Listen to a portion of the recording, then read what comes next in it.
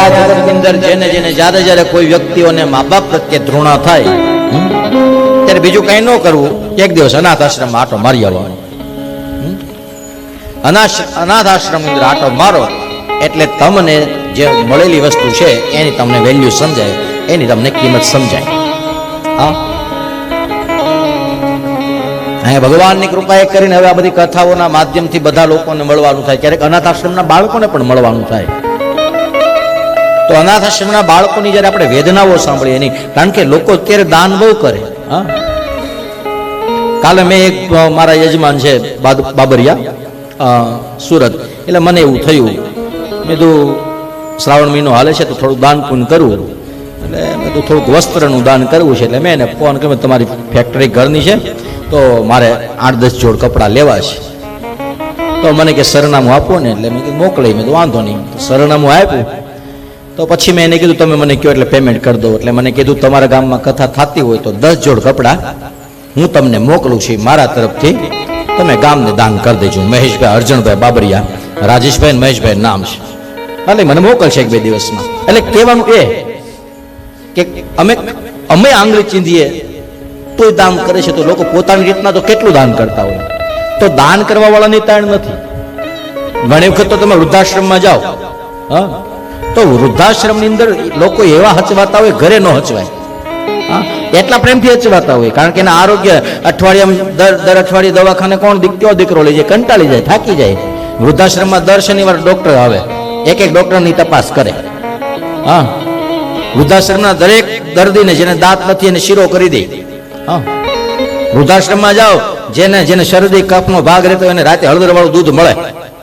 અમે આ બધું જોયેલું છે, એટલે અમે તમને કહીએ છીએ કે આવી બધી ક્રિયાઓ વૃદ્ધાશ્રમમાં, તો ઘર કરતા વૃદ્ધાશ્રમમાં વધારે હચવાય. મને નૈનપુરના આશ્રમમાં એક વખત મેં કીધું તો એક ભાઈને, અમદાવાદનો એક મિલ હતા, મિલ વાળા મોટી ઉંમરના દાદા હતા.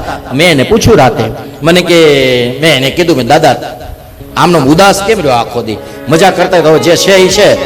એટલે મેં કીધું મજા કરો, ભજન છે, કથા છે, સાંભળો. મને કે બધી વાતો થાય.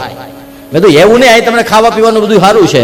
મને કે ખાવા પીવાનું સારું છે, પણ એ કે છોકરાનો છોકરો દાદા કરતા એ કે ખોળામાં બેહે. હા, અડધી રાતે ગમે તેવી હોય તો દીકરાની વહુને જગાડાય. આ વૃદ્ધાશ્રમમાં મને અડધી રાતે કોઈક થયું હોય, કાંઈક થયું હોય તો મારે થોડું કોઈને જગાડાય. એટલે એવી વાતો થાય કે ગમે એટલું સુખ હોય છતાં પણ ઘરનો અડધો રોટલો અને બહારના 56 ભોગ, એ મા બાપની વેદના હતી. જાઓ, આપણે ક્યાં આગું જવાનું? અહીંયા માનવ મંદિર હાથસણીના ટેકરા ઉપર ભક્તિરામ બાપુએ બનાવ્યું છે. હા, માનવ મંદિર જાઓ, એક વૃદ્ધ એક પાગલને હું તમે ન હાચવી શકીએ એવા 72 ભેગા કર્યા છે. અને પૂછો એને 72 ને, તમે એક મંદ બુદ્ધિના બાળકને દાઢી બાળ ટાઈમે નહીં થતા હોય, એને દર શનિવારે ડોક્ટર આવે, એના અઠવાડિયે 15 દિવસે દાઢી થાય, એના કપડાં બદલી જાય, એના રૂમમાં બધી વસ્તુ ચાદર બગાડે, ગાડલું બગાડે, એ બધું ધોવાઈ જાય, બદલી જાય. તો એવું કઈ નથી કે નથી હાચવા વાળા હાચવે છે, દાન દેવા વાળા દાન દે. તો આપણે એક વસ્તુ કહેવાનું તાત્પર્ય એ છે કે જે મળ્યું છે, જીવતા મા બાપને પાણી પાયું ન હોય ને પછી મરી જાય, પછી હરિદ્વાર જઈને પાણી લોટ ને બધું ભેગું કરીને અવળો બનાવે, લ્યો બાપુજી, એલા ઘરે હતા, પછી ટેવ ન હોય ને. અને યાદ રાખજો, જેવું કરો તેવું કરો, એ માનવું ભૂલશો નહીં. જેવું કરો એવું ભરો, એ માનવું ભૂલશો.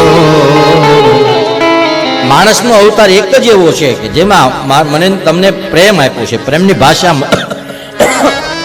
મને તમને સમજાય છે.